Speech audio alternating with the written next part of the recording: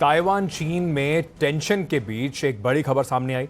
बीते एक महीने में जारी युद्ध के खतरे के बीच ताइवान ने पहली बार चीन के जासूसी ड्रोन को मार गिराया। ताइवान के इस पलटवार से चीन काफी बौखलाया हुआ है और उसने अब सीधी जंग की चेतावनी दे दी है। इस रिपोर्ट में देखिए।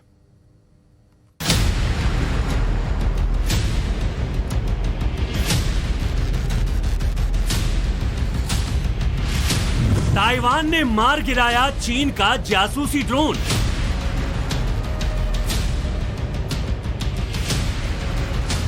चाइनीज आर्मी बौखलाई, पूरी दुनिया में टेंशन हाई।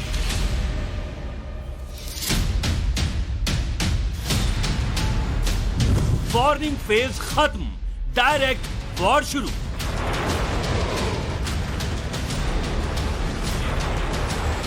ताइवान पर बीते 73 साल से गिद्ध की तरह नजरें जमाए चीन ने क्या वाकई वॉर सायरन बजा दिया है?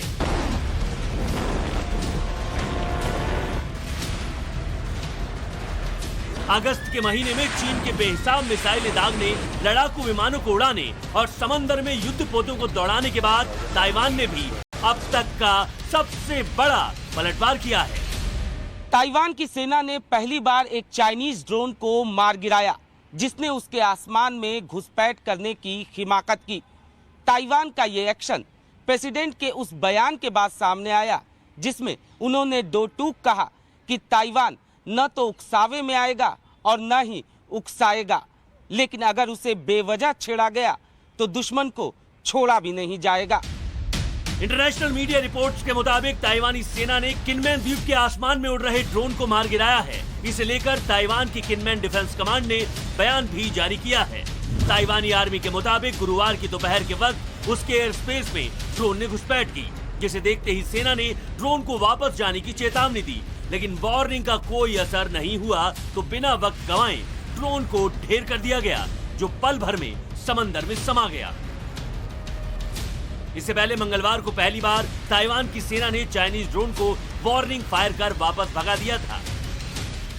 中共的无人机它进入我的空域时，那么我们除了严密的来监控、掌握它的动态之外，并且会提升防空飞弹的警戒姿态，来遂行追踪的监视。但是若驱离无效的时候，我们判其对我造成威胁时， 我们将按照程序来实施接战的航击，并且依例来遂行自卫权反击。谢谢。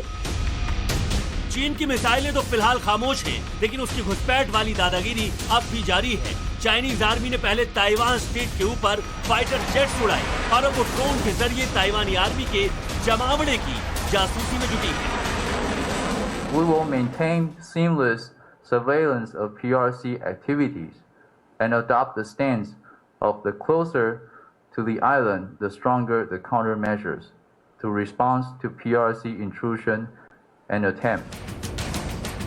ताइवान ने चीन के ड्रोन को मार गिराया तो उसकी बौखलाहट और बढ़ गई है। चीन के सरकारी अखबार ग्लोबल टाइम्स के पूर्व संपादक हू शिजिन ने ट्विटर पर लिखा है, जिस ड्रोन को कथित तौर पर मार गिराया गया वो निश्चित रूप से PLA का नहीं है, बल्कि मेनलैंड सिविलियन ड्रोन है, लेकिन इसे नीचे गिराए जाने से जलडमरू मध्य की स्थिति इस स्तर तक बढ़ जाएगी कि मुद्दों को हल करने के लिए खुलेआम फायर का इस्तेमाल किया जाएगा।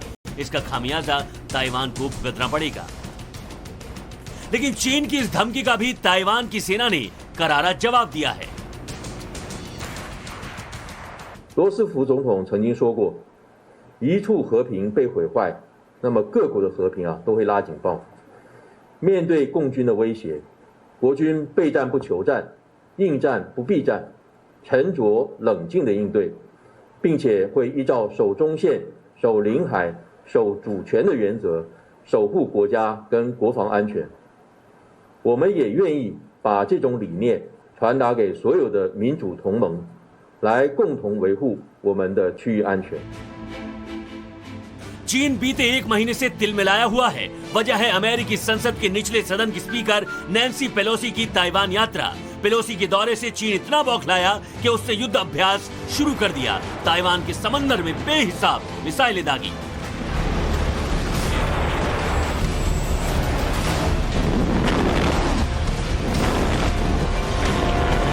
लाइव फायर ड्रिल के बीच चाइनीज लड़ाकू विमान और युद्धपोतों ने बार बार ताइवान की सरहद के अंदर घुसपैठ की।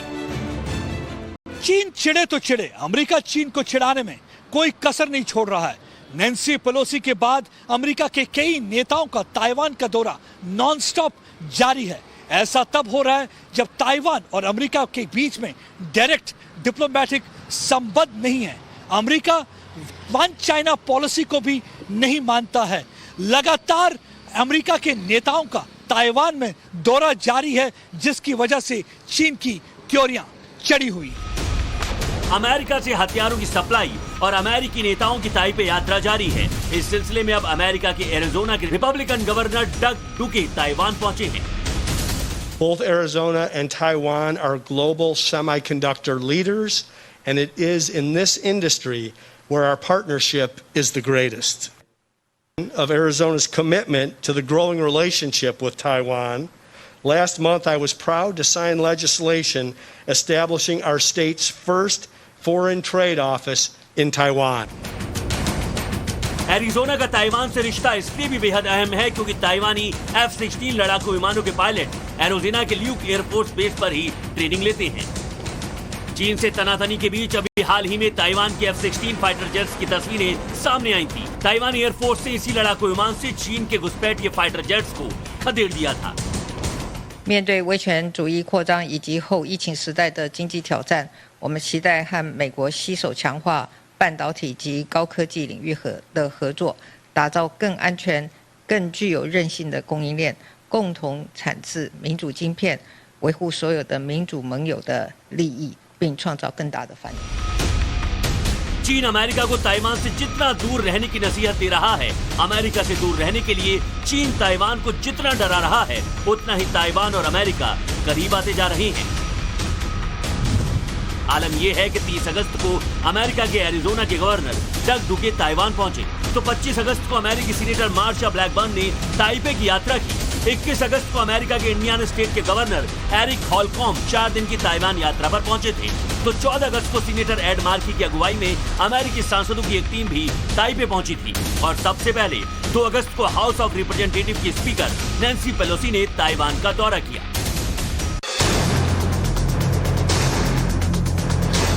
अमेरिकी नेताओं के दौरों ने चीन की दुखती रग पर हाथ रख दिया है। ऐसे में अब चीन की कम्युनिस्ट सरकार ताइवान पर आर पार की चेतावनी दे रही है। 美国个别政客靠窜台捞金，向台湾当局狮子大开口，这副嘴脸早已人尽皆知。